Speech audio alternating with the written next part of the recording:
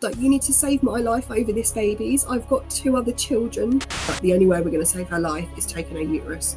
If the infection wasn't going to kill me, the constant bleeding was going to kill me. I'm in intensive care.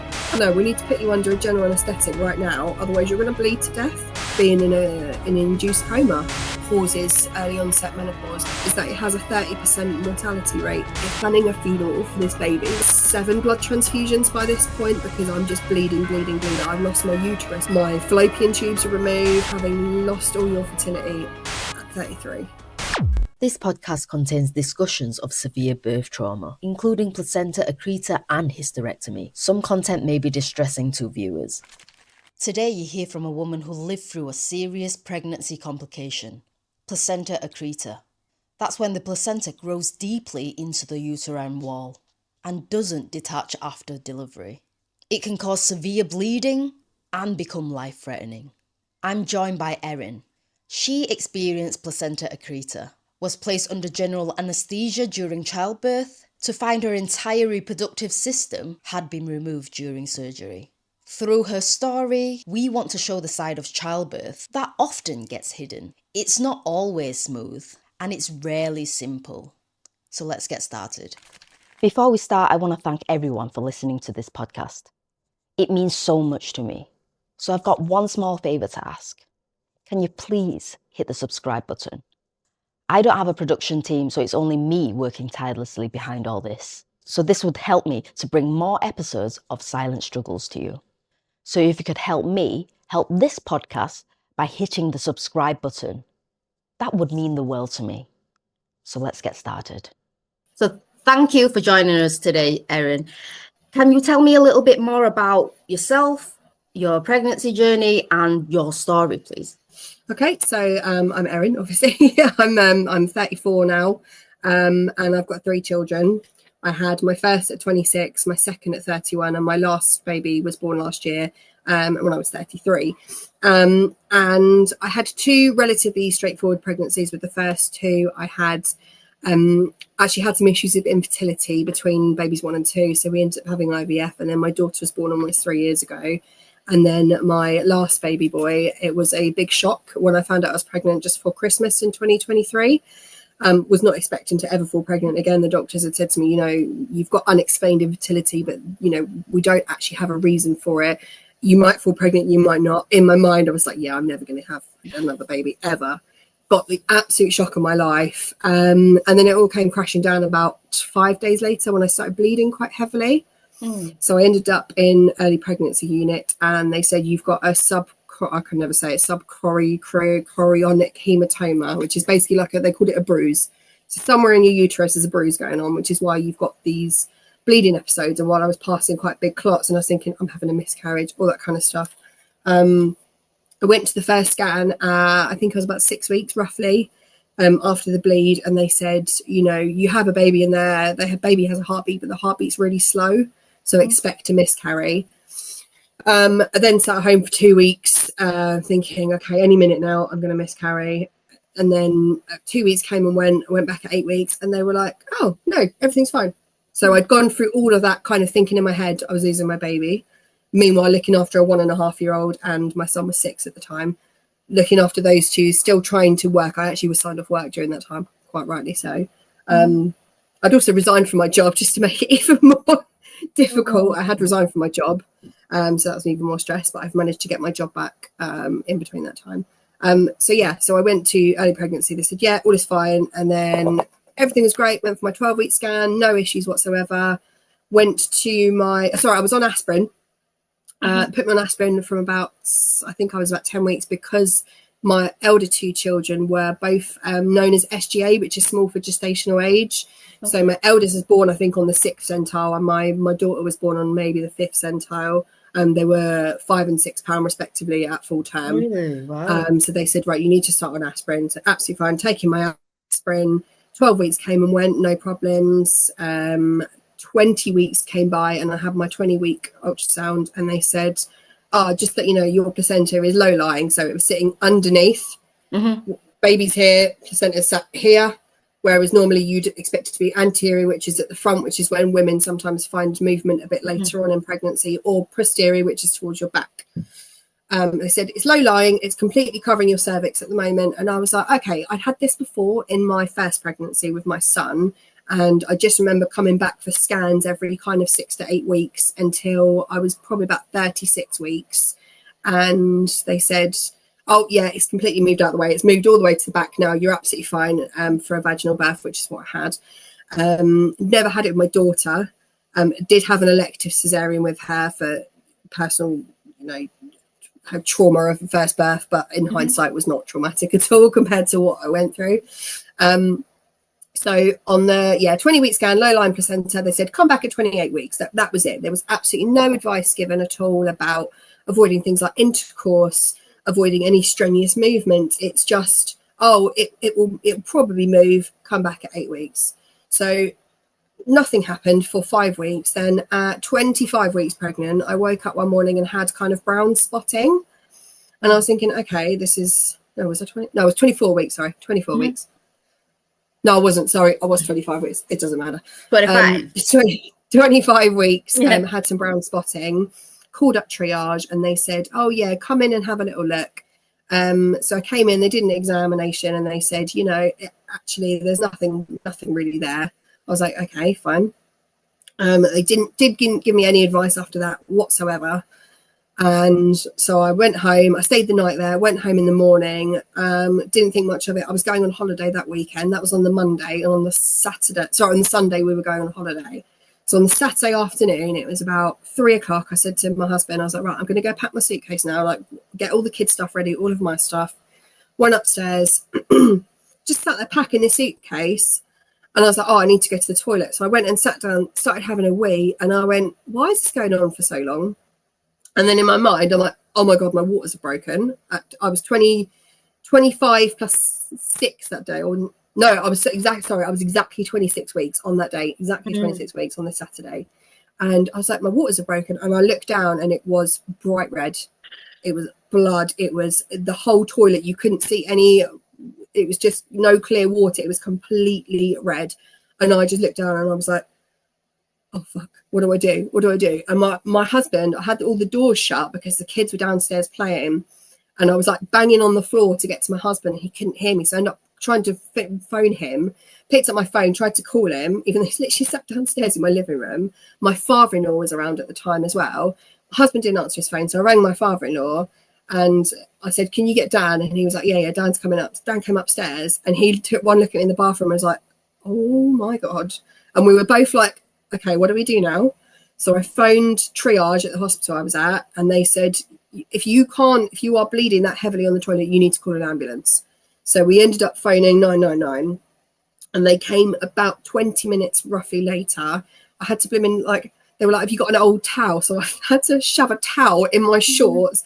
Remember, I sat on my bed, they put a cannula in, had to waddle outside. At this point, all the neighbours have stopped because there's an ambulance stopped outside our house. They all know I'm pregnant. They're like, oh, what's going on here?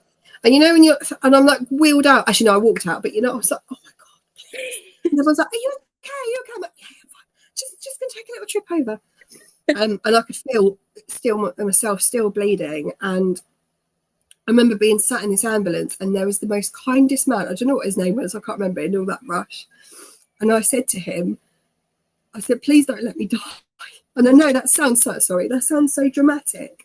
But I was like, you need to save my life over this baby's. I've got 2 other children that I've got to care for. And in that moment, I was just worrying about myself more than my baby. And I feel guilty about that. But in that sense, I'm still a mum. I'm still, if I die and this baby lives, I've got 3 children who have no mother. In this instance, it's better to save my life. And he was the most kindest man. He held my hand the whole way to the hospital. And I'd gone from packing a suitcase to going on holiday to planning a funeral for this baby that I was like, I was like, it's abruption. I know it's abruption. I know the baby's died. I've had a stillbirth. That was exactly what was going through my mind. And we got wheeled into labour and delivery, and they did the ultrasound. Sorry, not the ultrasound. They put the Doppler thing on. Straight away, found a heartbeat, and the relief I felt at that moment was, I can't even describe it to you. It was like, oh my God, my baby is still alive. That kind of relief feeling. However, that turns into, why am I bleeding? What is going on? Am I now going to deliver this baby right now? And the hospital got me loaded with steroids, but because where we live, my nearest hospital only has a level, I think it's a level 2 NICU, so they can't take babies that are too premature. So I was 26 weeks at that point. I needed to go to somewhere with a level 3 NICU. I know you have experience of being moved around different NICUs, you know what that's like. And then I had to be transferred to somewhere that had level 3 space. However, we live in Bedfordshire. There was no space. No, Luton and Dunstable didn't have any space. Adam Brooks is probably the best one out of all of them. They had no space. So they end up saying to me, you need to go to Hammersmith in West London, which is 2 hours from my house. And I remember just crying, thinking, I'm so far away from home. If I need to deliver this baby, I've got no support. My husband can't get here. He's going to miss the birth. You know, we've got nothing. He then stayed back while I was in the hospital. He stayed back with the kids. He popped up very quickly to bring me clothes and stuff. And things like my charger and water up to the hospital before I was transferred out to Hammersmith. But eventually it was like, so this bleed happened at 3 PM, and at about midnight I was transferred up to this hospital.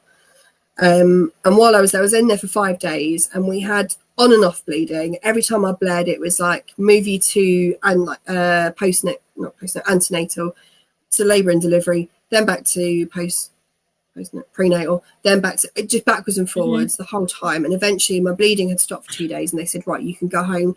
You can't then go back to work. You need to be on like desk duty, preferably working from home. But unfortunately my employer couldn't accommodate me working from home, so I did go in, but I couldn't be alone. Basically I couldn't be alone at home in case I had a massive bleed and had to call an ambulance, because I was at home with my daughter for 3 days a week. I was only working 2 days at that point. So I made contingency plans. My mum came and stayed for a little bit. And in this time as well, I'm still bleeding. I'm still having on and off bleeds, but these bleeds are a lot smaller than the one that I had that landed me in hospital the first time. So it's like a little trickle here, a little trickle there. And I'm thinking, I can't keep going to hospital every time I have this. I can't then find childcare for my daughter. It's disrupting my life. It was literally happening like every 2 days. And eventually I spoke to my husband, and he was like, well, we're just going to have to deal with it. You know, if you have a big bleed, we'll deal with it. And that's what happened on Father's Day of 2024. So that was the 16th of June. We were supposed to be going to a wedding that day. I woke up in the morning, had a huge bleed again, and I was like, here we go. It stopped quite quickly. So I said to my husband, I'm going to drive myself to the hospital. I got there, and they said, you know, your bleeding stopped now. We want to, you know, keep an eye on you overnight. And I was like, it's Father's Day. And I actually discharged myself on that day, which in hindsight was a really stupid idea. But, you know, and you just want to be at home, and, you know, nothing is going to change. I've been bleeding on and off for ages. In hindsight, I should have gone every time I bled. But when you're in that kind of mindset of, I still need to live my life, I was still going to work 2 days a week. I was still being a mum, you know, that doesn't stop. My husband has quite a full-on job. He leaves the house at 6 AM, doesn't get back till quite often 6 PM. So I have to do every school run, every, you know, all the activities of the children, all the shopping, all the things like that. And even, so we live about half a mile from my eldest school, and I had to drive every single day because I couldn't physically walk that far there and back twice a day without bleeding. So I ended up driving to the school, which I've never done in my life and haven't ever done since, fortunately.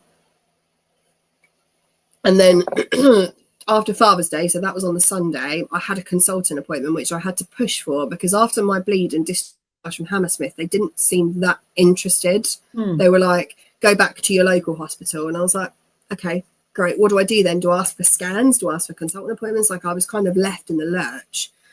And they said, yeah, you need to see a consultant. So I pushed for that appointment, and fortunately I did get one. And I went and had I think I was 29 weeks at this point. I went and had my scan, but I'd had a big bleed in the morning, and I've got I passed a clot that was quite literally about that big. And I actually, it sounds horrible, I fished it out the toilet and took a picture of it, because I was like, no one is going to believe me that this is as big as it is. And I took a photo of it, and I had my scan, went to see the consultant, and she took one look at me and she said, you can't leave hospital. You can't go home. And I was like, what do you mean? She was like, you need to stay until this baby's born. And she was like, I want to deliver you in 3 weeks because of your constant bleeding. And so I was 29 weeks at this point. And I was like, so you're gonna do a cesarean at 32 weeks? And she was like, yeah. And my heart just dropped then, knowing that I was going to have to. I knew that it was a possibility with everything that had been going on. I knew it was a possibility of, you know, early birth, complications, all that kind of stuff. But in that moment, I kind of went into autopilot, and I was like, my car's in a car park. I've only got 4 hours parking. I need to go home. I need to get this, that, and the other. And she was like, you can go home, go to triage first, get checked, and then you can go home for half an hour, go and get your things and come straight back. And that's what I had to do in the end. And that night I was admitted to hospital. I don't even know how many bleeds I had while I was there. It's all in my notes somewhere, but I probably had in excess of about 15 episodes of bleeding for the whole time, from 25 weeks until I delivered at 33. It was just constant bleeding. And in between that, I also caught sepsis from a cannula that the hospital had put in for me. And unfortunately, they weren't that great at keeping an eye on it. I think because I was on the antenatal ward, they're used to women being there 2 or 3 days and then delivering. You know, that's where you go in for your inductions, you go for monitoring, things like that. Because I was like a long-term patient, they put a cannula in me so they could give me bloods if I suddenly started bleeding. And then they just forgot about it for over a week. And I'm a nurse. I should have been the one to be like, look, you need to be keeping an eye on this. But I was so out of it in terms of looking after my own well-being. I was like, just get through the day. Just do what you need to do. So I had sepsis. So that was great fun. I ended up being on labour ward for like 3 days, just hooked up to IV antibiotics pretty much 24/7. And that is when I'd started recording videos to my husband and my kids as a goodbye, because I was so convinced that I was going to die at some point in this hospital stay. And I wrote down things like passwords, all the life insurance details, because I love my husband, but he's not the most organised when it comes to household stuff. So I'm the one that does all the insurance, all that kind of stuff. And I know all the passwords. So I literally wrote passwords. I wrote letters. I wrote a list of songs I would have played at my funeral. Because I was so convinced that if the infection wasn't going to kill me, the constant bleeding was going to kill me. And to be honest, I wasn't far off from what happened. I managed to make it from, I think my last bleed was like the 7th of July. And then when the consultants kept coming around, the problem is there's a different consultant on every single day. No one seems to have like the big overviewing decision. And I kept saying, when are you going to do the C-section? When are you going to do this so we can, you know, plan it? And 32 weeks came and went, and they said, well, you've been bleeding, but your hemoglobin levels are stable, so we're not going to do it yet. I ended up having to have an iron transfusion because my iron was so low. I've never felt so tired in my life. Like, I would rather have been at home with a toddler than felt as ill as I did when I was in hospital. I was sleeping probably about 16, 17 hours a day on and off because I just had no energy whatsoever. Meanwhile, my mother-in-law has moved into my house to look after my other 2 children because obviously I can't be there. My husband has just started a new job. He can't take time off work. I was so fortunate that we had that kind of backup plan in the form of my mother-in-law. So I'm worrying about her. I'm still doing the food shopping from my hospital bed to make sure they've all got things to eat, and organising that, oh, you know, Seb's got his sports day today, make sure he goes in with this, that and the other. Because you can never switch off. Regardless where you are, you're never, you know, not on mum mode. So they booked in my cesarean for the 22nd of July, which was a Monday. And on the 7th, so this was about, I don't know, two and a bit weeks before, I had my last bleed. And, you know, everything was going okay. And I kept thinking, right, another day, I haven't bled, another day I haven't bled. Okay, going really well. I've just got to make it to the 22nd of July. And then on the Thursday, which was the 4 days before that, I was 33 plus 5. My lovely friend Lizzie came out to visit me and bought me a load of lovely snacks. She bought me loads of chocolate, and I was well happy because I'd seen a couple of friends had come in and visited me, but generally, and my husband was looking after the kids at the weekends, and they have, you know what it's like with the kids and their social life that's better than mine. You know, they're always at parties, things like that. My son's birthday was in between my hospital stay as well. I missed that. I was supposed to be on a girls' holiday. So I missed 2 holidays, a birthday and a wedding, just from this pregnancy and all the complications that went with it. On the 18th of July, Lizzie came to visit me, bought me loads of food, and I was sat doing this stupid, it's a cross stitch, of a hedgehog. It was one thing that I could do because I didn't have to focus on my phone. I couldn't read because I couldn't focus on anything, and also I kept falling asleep. But this stupid cross-stitch hedgehog, which is still not finished, is downstairs in my cupboard. I'm like, oh, maybe one day I'll finish that.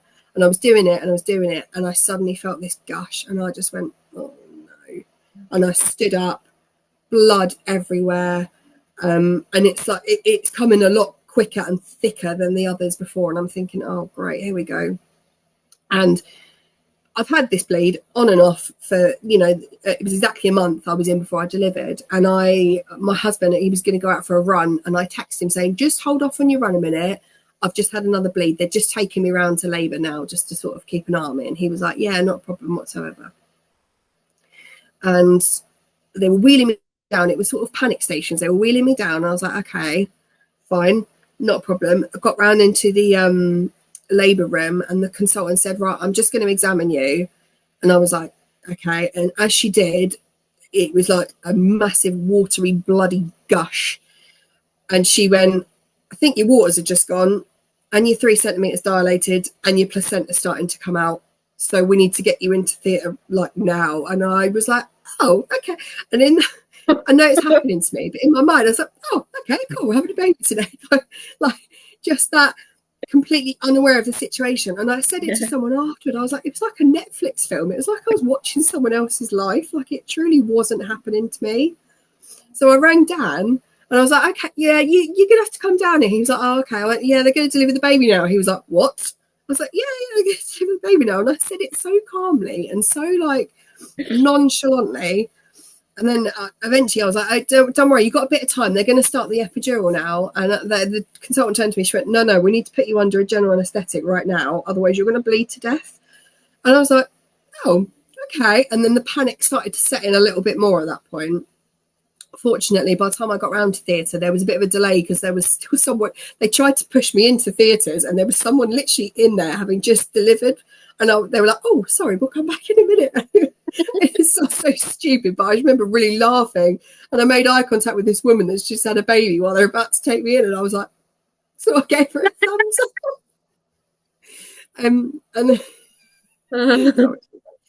So yeah, so I got in there, and fortunately the bleeding had stopped by this point, and because I wasn't contracting actively, they were like, right, we're going to try and do an epidural. And I was like, okay, great. They had to give me the magnesium, which you will know is horrific. It feels like your whole body is on fire.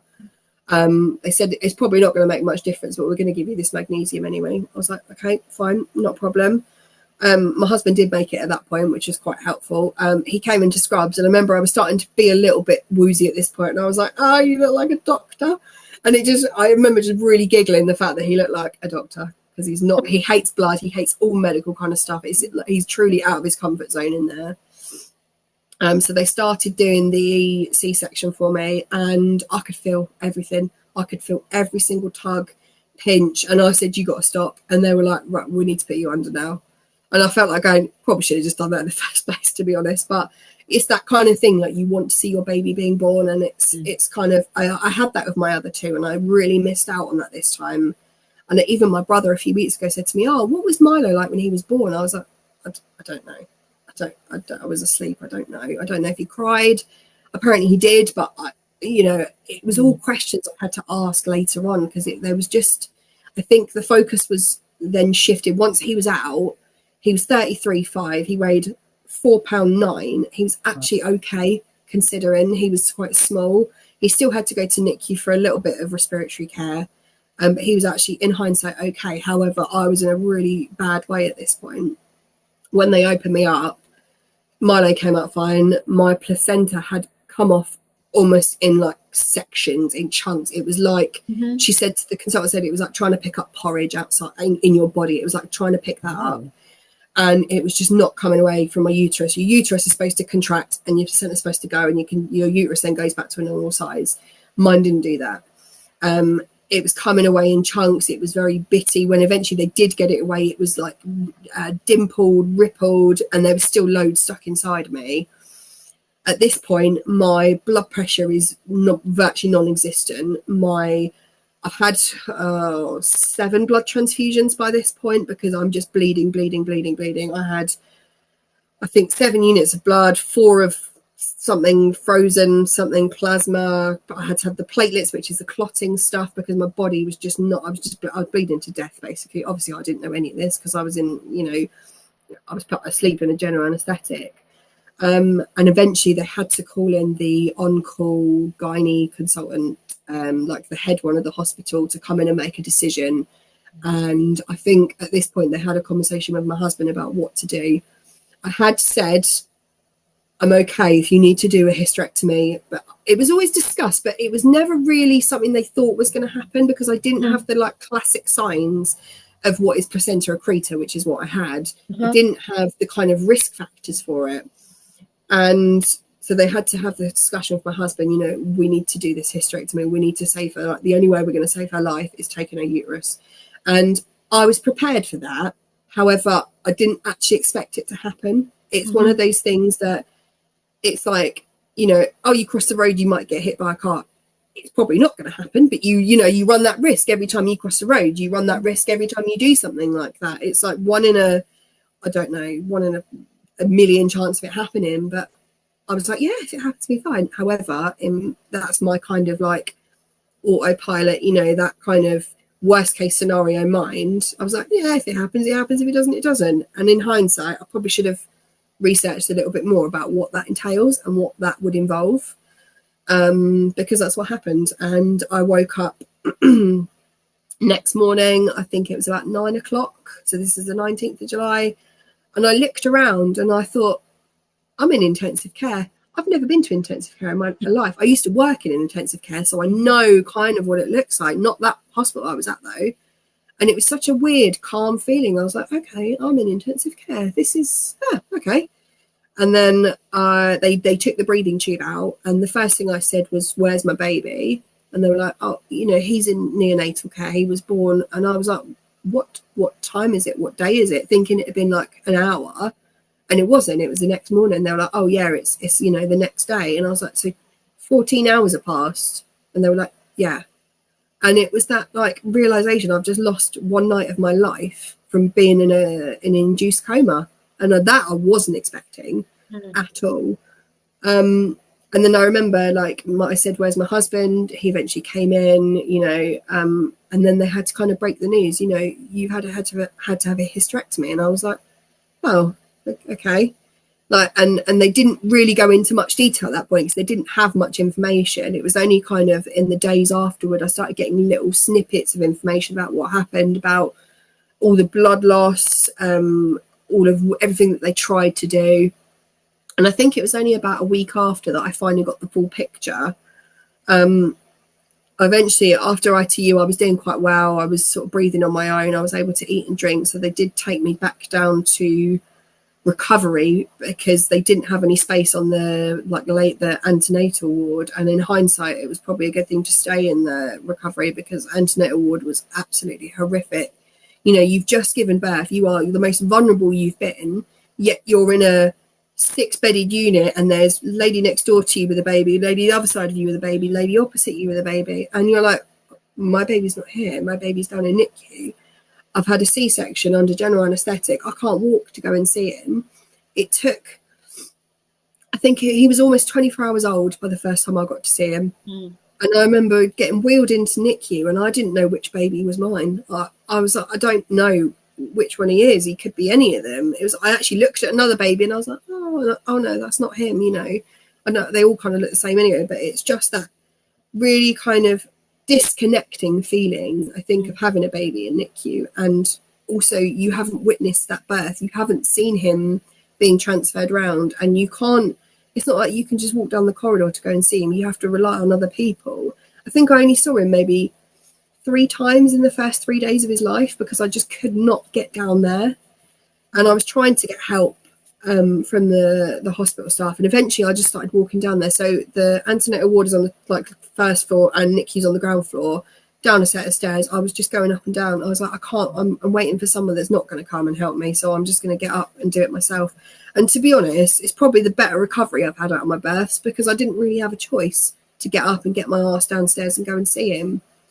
And I just felt so disconnected from him. It's such a weird feeling. Like there's this tiny small human that, you know, is yours. You've just given birth to him, yet he can't, it's like an alien. It's such a strange feeling of disconnection, because you think, you know, I've had 2 babies before this, and they were born and then they were there like straight away, and I didn't leave their side, and I didn't leave their side for months, yet Milo was taken from me for days and days, and like he was in NICU for 2 weeks, which, you know, actually isn't that long at all, considering he was 33 weeks. He was home at 30, just shy of 36 weeks, and he was able to come home, which is such a blessing. But it was such a weird disconnection feeling of, you know, I'm here, my baby's here, and then on the Monday, so the date of my original C-section, he was 4 days old. The doctor said to me, you know, you're medically fit to go home if you want to, but I understand you've been through a lot. You know, you can stay as long as you want. And I said, I kind of want to just go home. I'd already been in hospital over a month by this point. I wanted to get home to my children, my son. My daughter was turning 2 that week, and I was like, I want to be home for Tilda's birthday. I want to be around there and seeing them. So I went home that night, and Milo had this little blue jelly cat bunny thing. All 3 of mine have got one in different colours, and it was bought for him, but actually I think I needed that more. I cuddled that toy every single time I wasn't around him.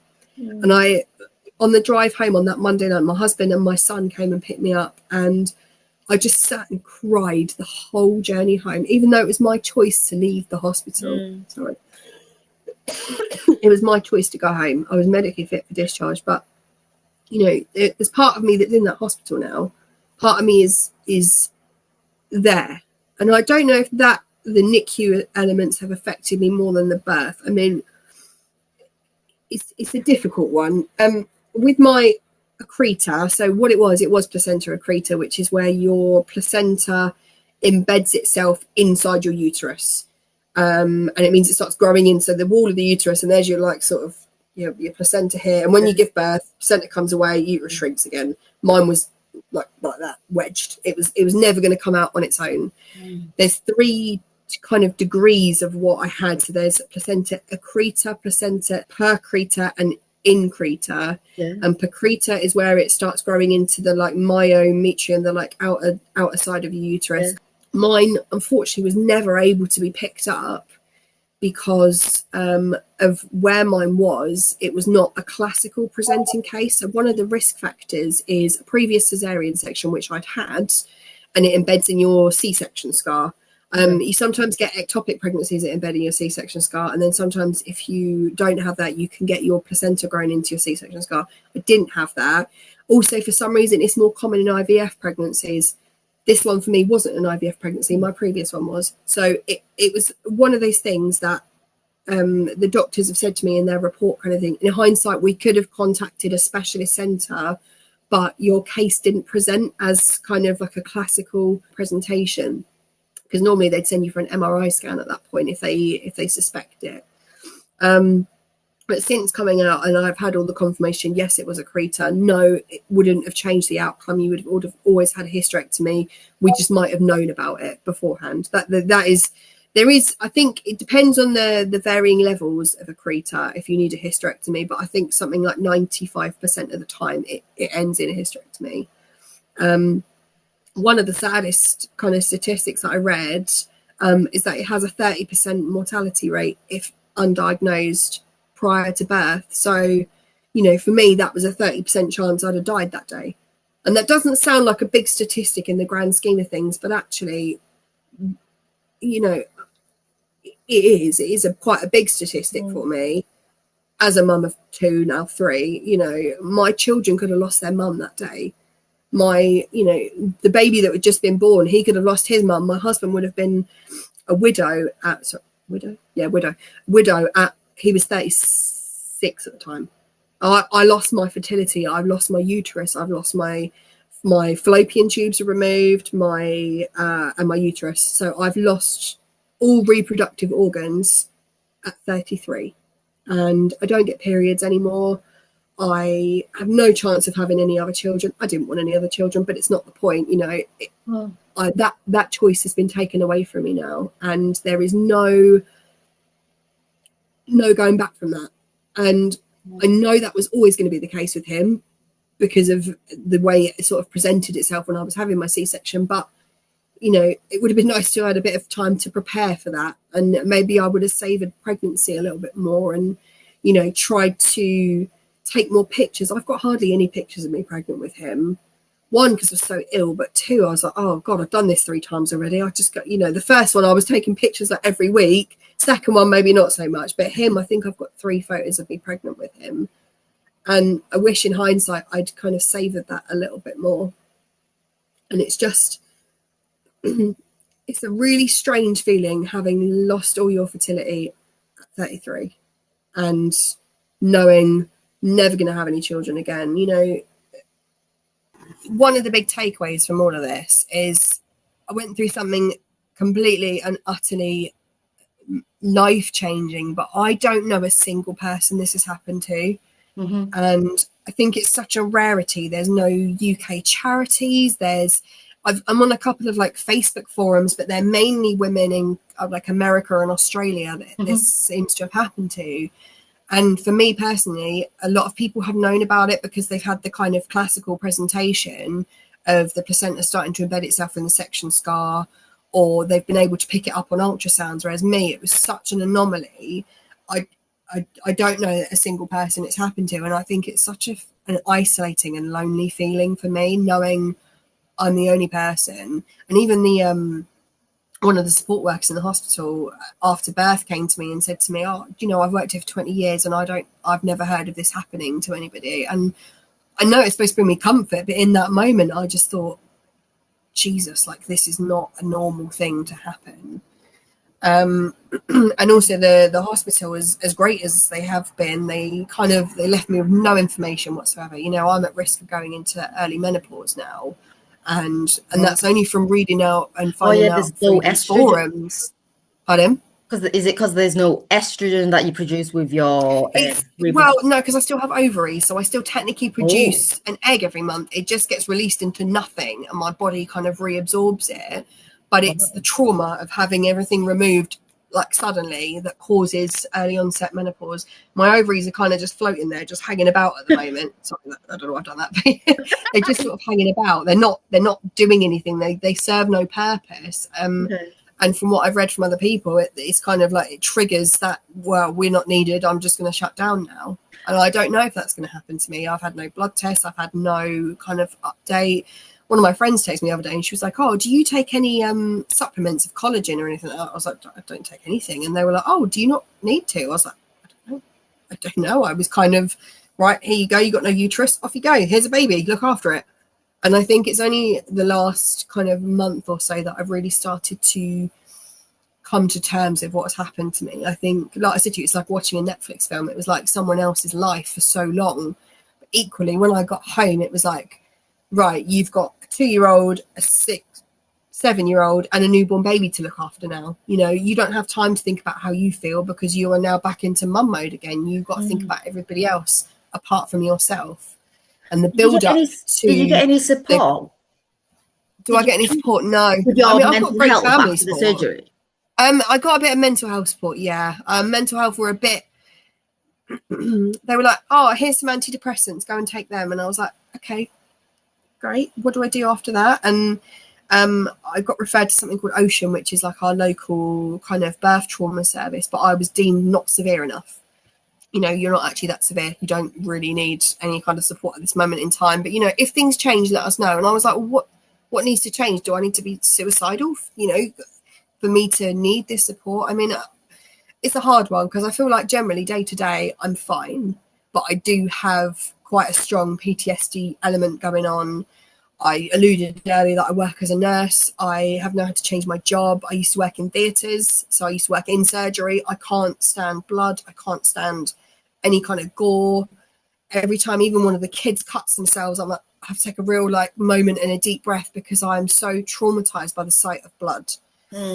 Every time I feel any kind of this is going to be really far too much information. Anytime I feel any kind of like dampness in my underwear, or like, you know, just normal women's bodily functions, I'm like, is this blood? I know it's not blood. I haven't had a period for almost a year. You know, I didn't really have much postpartum bleeding, but it's that associated feeling of I'm bleeding again. So it's a really strange feeling to have. But yeah, there is definitely PTSD going on. Is it severe enough for mental health support? I don't know, because generally day to day I cope okay, because again, I don't really think about it. I don't have the time to think about it. I'm so busy with everything else going on. So what actually helped you cope with all this then? What helps me cope? Going through all the difficult times? It sounds a bit cliche, but exercise I found has really helped me. Even just walking. I have a dog. I take him out at least twice a week when I can. When my middle daughter's at nursery, I'll take him out for a really long walk. I put headphones in. I listen to podcasts a lot. I listen to a lot of true crime stuff, which actually in a weird way really does help me.